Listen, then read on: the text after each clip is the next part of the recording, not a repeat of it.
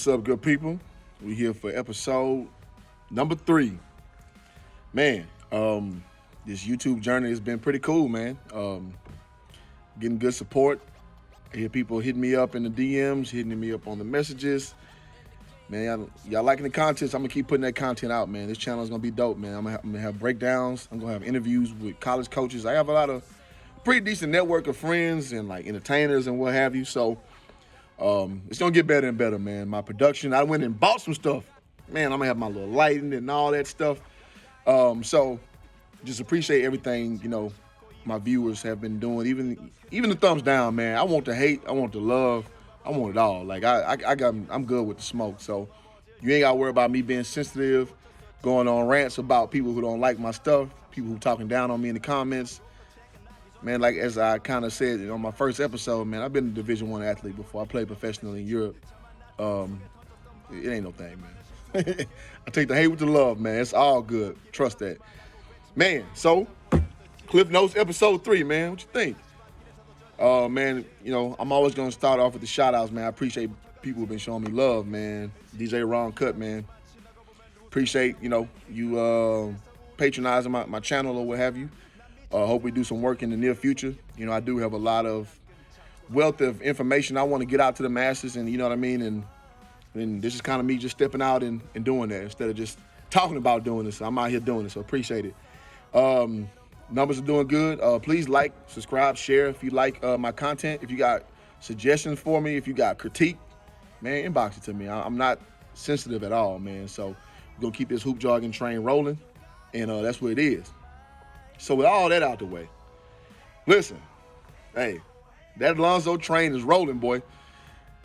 It's just so funny, man, how people getting so late to the party, man. Like, it's so funny that disdain for a dude's father has made people miss out on a lot of obvious shit. You know what I mean? Because it takes about 3 or 4 years for a player to really show who they really are. Nobody, well, not to say nobody, very few players come right out the gate and are more or less closer to their finished product than what their potential is. And especially guys who leave, in a one-and-done situation, man. Like, they come in at 19, man. You're not going to get a finished product at 19, man.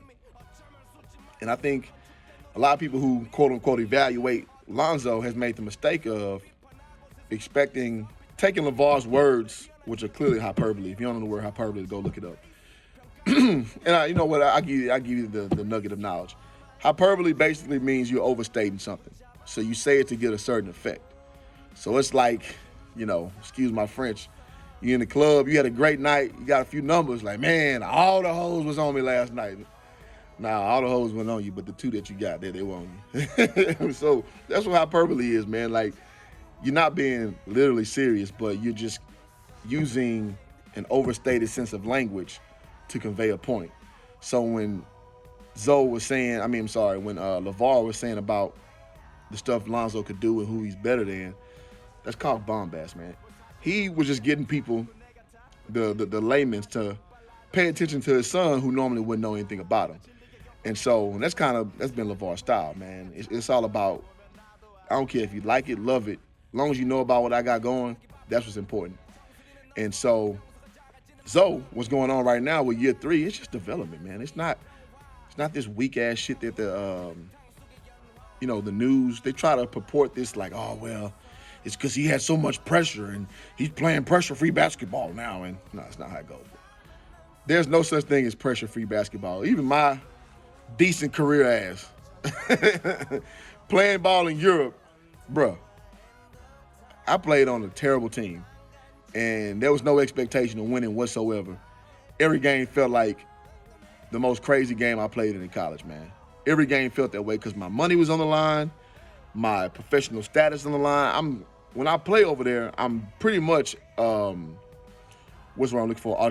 for another job down the line. So it ain't just a singular situation, man. And that's how basketball goes, man. It's very much pressure filled. And so many people had this mistake of just thinking that these simple little parts of basketball is like the totality. And I'm just like, listen, man, you definitely are grossly underestimating the process of just solid development if you just gonna write off that the fact that he's playing in Oklahoma City, I'm sorry, in New Orleans, and being away from the LA Lights is why he's playing better.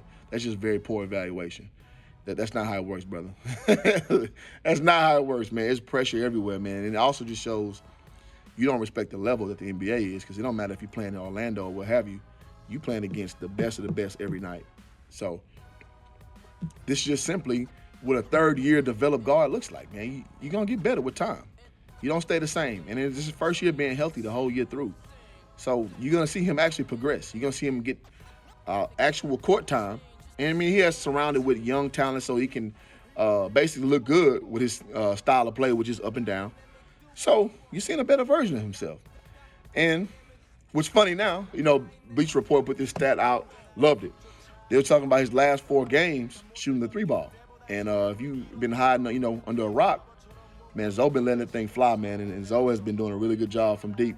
His last 4 games, he shot 4 for 8 from 3, 3 for 7 from 3, 7 for 11 from 3, and 7 for 10 from 3. That's phenomenal. And even more so, because let's harken back to last year. What are they saying? Like, he's a dude who's incapable of basically making the open 3, right? So now he's showing he changed that form. Instead of doing that sidewinder, he's coming straight from the middle. So he comes off a move, he can pull up. And it's been bottoms, man. And so he's actually shooting them in clutch situations too. What's also good to see is he's shooting with confidence, man. Like, so one thing Zoe kind of struggles with a little bit, he's so unselfish that it's almost to a fault. So now you see him pulling with a lot less thinking. And that's how you see the progression amongst a player. So when you just scoring and you're like scared about getting pulled out, you're scared about getting chastised or what have you, it makes you second guess shots. But with repetition, with you building your profile, then you have the opportunity where you're just shooting reflexively. You're not even thinking about it. And so that's kind of how, like, what LeVar been saying, like, you got to just don't baby my boys. And he said it, like, don't baby him. Like, some people in the media kill me how they project their own insecurities on other players. It's like, dude, he was raised as from a little boy as to play up from competition. Like, we don't play same age level. So you learn, it's called trial by fire. And so what LeVar does, the exceptional job with his boys is, I don't give a shit what nobody else speaking about. You are going to play at the best level, period. And that's why LaMelo, if you kind of been following LaMelo's story, he's supposed to be a senior in high school right now. So he about to be in the draft, probably top 3 pick. But he always made them play up, and he made them not make excuses. So everybody who wants to kind of baby Lonzo, man, Lonzo don't view basketball that way. I mean, I know he don't have much to say, but when he does say, he's not afraid of playing basketball, man. I know his mannerisms sometimes look like he's disengaged. It's just his personality type. He's not a rah-rah guy. He's not a, let's go. He's not one of them dudes. But some people kind of take that as, like, again, they're injecting their own insecurities on him and, try to make him seem like he's, playing scared or scared of his father or what have you. No, he's just a reserved guy. He don't have much to say. That's just not his personality type. So, along with the 4-game streak, I know the haters, the prognosticators, and all in between, you're going to say, oh, it's a 4-game sample size, and that's fair. That's fair to say. In 4 games, you can have all kind of spurts, all kind of streaks. And that's, again, that's valid critique.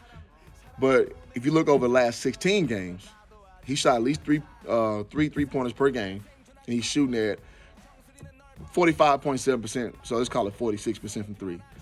46% from 3 is real good, man. When you at the stage where you are shooting that well from deep, that is damn near Steph Curry level of proficiency from behind the arc. And when you think where he came from, shooting by, 31% over the first 2 years, that's phenomenal, man. And so it just shows his confidence level growing. And you start to see, again, the tide changing.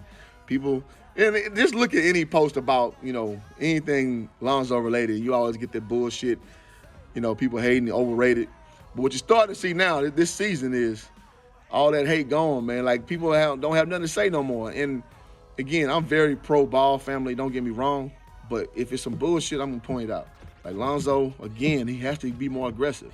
I see him having opportunities to attack the basket, and he's being reluctant. And again, I'm a Laker fan. Watching him get his shit thrown by Alex Caruso, man, that's unacceptable, man. That's unacceptable. But at the same time, you gotta understand, man, he's not a finished product. He's a young man. And like, so when a guy like you juxtapose it with, say, like Kyle Kuzma, he comes in the NBA at 22. So Kyle Kuzma stayed in Nevada all 4 years. So he had more of a grown man complete game than Zoe. So people kind of saying, oh, man, Kyle Kuzma better than Zoe. Now, I mean, it's yet to be seen. I think we've kind of seen who Kyle Kuzma is. He's a fill-up bucket guy who I happen to like. I like Kyle Kuzma. I just think he's going to be more of that Jamal Crawford, just instant buckets kind of cat. Lou Williams, in a 6'10 frame, more or less than a guy you really can build around. You know what I'm saying? I think Zion or not, is a guy you can build around, man. He's just always looking to get everybody involved. I just wish he'd be a little more offensively aggressive, but you see what he's about at this point, man. Like that 3/4 court alley-oop to Zion, that's crazy. And I give Zion a lot of credit for catching it. Like, so when I played, I had hops. I had like a 40-inch vertical. Look it up. My old videos on YouTube. So I had bounce. So when I see somebody else with bounce, I respect it, man, because, I ain't got no hops now. Like, I'm 36 years old. I'm on the ground now. I ain't got none of that cracking now. But when I was a high flyer, man, when I saw other high flyers, man, I just used to be like, damn. And then that's Zion, man. Zion is a athletic SOB, man. Now, he need to work on defense and all that. However, that catch from that alley-oop, one thing I couldn't do, my depth perception wasn't the best. So if a dude threw me an alley-oop from way back there, I would struggle catching it and dunking it. But to see the concentration, the focus, the grace, for him to catch and finish that like that, man, that was damn impressive. That's actually going to be a signature play of almost the antipathy of what Lonzo and Zion will be. It just shows that synergy they have, man. And so it's actually awesome to see. It also bodes well for the future, man. And I'm almost to the point, man, I don't know where Brandon Ingram fits in this long-term plan. Now, I like B.I. a lot, don't get me wrong. I just wonder if, as that dynamic keeps developing, you know how it goes, man. Everybody's young right now. Everybody's having fun. Everything's awesome. But right when boys turn around 24, 25 years old, people start getting in your ear, right? People start saying, you the man. Why you still letting Zion outshine you? Why Lonzo don't give you the ball first? It's going to happen, bro. That's just one thing about being a man. When you grow up, you go through certain stages. So I wonder how that's going to affect B.I. once he sit down and figure out that, listen, I'm better than Zion. I'm a all-star. He not. It's going to happen, man. So I wonder how they plan on dealing with that situation once that comes to fruition. So keep your eye out on that dynamic. Now, I'm very much advocating, the Pelicans making this playoff push. So right now, they are sitting, got my cheat sheet right here. They're sitting at the 9th seed right now at 28-36. Now, that slow start has kind of put them in a very much uphill battle. But I think that they'll be fine making that happen. So, it's interesting to see how they'll do down the home stretch. Right now, they are lock and step tied with the Kings. Trailblazers are a game behind, and the Spurs are as well. So, last week, they dropped the game to the Timberwolves. They had no business dropping. So, they can't drop any more gimmies, man. At this point, it's win or go home because right now the Grizzlies are sitting at 32-32. So, what's that, 64 games played, 20 more games to go. It's the home stretch. So, we'll see, how Alvin Gentry is pumping that confidence into them. And we'll see, they're a young team, man. I really hope to see them in the playoffs. I think they may miss it, though, man. It's just tough. When you got young guys lose focus. Young guys don't understand how to have that sustained effort because they're still figuring it out. So, man, but who knows? They got veterans like Derek Favors. They got veterans like J.J. Redick, Drew Holiday. So we'll see how that dynamic plays out, which I think Drew Holiday, he got to go, man. And he can hoop. He a baller. I told y'all on my first video, I coached against Drew Holiday. I respect the hell out of his game. It's just I don't think that he matches the dynamic of where they're trying to go. So, but, we'll see that, as it materializes as time goes forward. But it's a good time for basketball, man. I'm really excited. Zoe doing his thing. Jello got his D-League contract. Melo coming up the pipeline, about to be in the draft. And Zoe's finally just showing you who he is, man. It's just good to see people stop blind hating. I mean, hell, at the end of the day, I ain't related to the Ball family, so safe to say, do what you do. Ain't no sweat off my back. However, what my big overall point is people just to just judge basketball the way basketball is meant to be judged. I respect the game too much to lie on players, to say bullshit about players just because I may not, like them or what have you. So, and I encourage you boys to do the same, man. Don't get caught in that fanboy stuff, man. Don't get caught in drawing lines of loyalty where you ain't getting paid for it, man. You don't have to get at people like where and I see it all the time, man. Like I say, I run a big sports group. People get so engulfed in this that they want to throw personal jabs, want to fight, want to carry on. I'm like, dude, you're not getting paid for none of this, man. And I talk a lot of shit, man. Don't get me wrong. I'm pretty mild on this YouTube channel, and I think my personality will come out the more videos I make and more interviews I make. So you'll definitely see more of my personality, but at the end of the day, it's just jokes, man. At the end of the day, it's just banter, because don't none of this pay me. Now, you pay me then, the dynamic might change, man, and which actually makes me wonder, some of these media pundits who are out there, I wonder if they get paid, man, like the Shannon Sharps of the world. Again, I'm a big Kobe Bryant fan, God bless Kobe, rest in peace Kobe. It sounds weird even saying that. To watch Shannon Sharp defend LeBron James, man, it is one of the funniest things I've seen in my life. The man crush is real with that dude, man. I don't know what that is all about. I don't know what that is derived from, but that's kind of weird, man. To be that, and you a professional athlete yourself. Like, it ain't like Shannon Sharp, like Nick Wright. Nick Wright does the same thing. I expect that out of Nick Wright. Nick Wright is a fanboy, 5'7", little shit. Him talking is his only profile. So I understand that. In real life, man, I'm 6'7", man. So I don't live this life that, I marvel at other great athletes or what have you. So that's not how I look at life. That's not how I view players. I popped bottles with Rafer Alston, Skip to my Lou. I've hung out with J.R. Smith, like when I was real young. Who else have I hung with? I don't know. I can't think. But I've been in that space where I'm doing my thing amongst people who are adorned in a certain, fashion or what have you. So they're regular people, bro. They're regular people, man. It is what it is. So Nick Wright, I expect him to be a fanboy like that. I'm a little disappointed in Shannon, man. He's a Hall of Famer. He behaves as such, but which probably tells me he's probably getting paid by their camp. But it is what it is, man. So guys, man, that's all I got for this episode, man. Keep sharing, liking, comment on my page. Hate, love, I want it all. I want all the smoke, man. I really appreciate everything, how it comes to me, man. So follow me on Instagram at Hoop Jargon. Follow me on Facebook, Hoop Jargon, HoopJargon.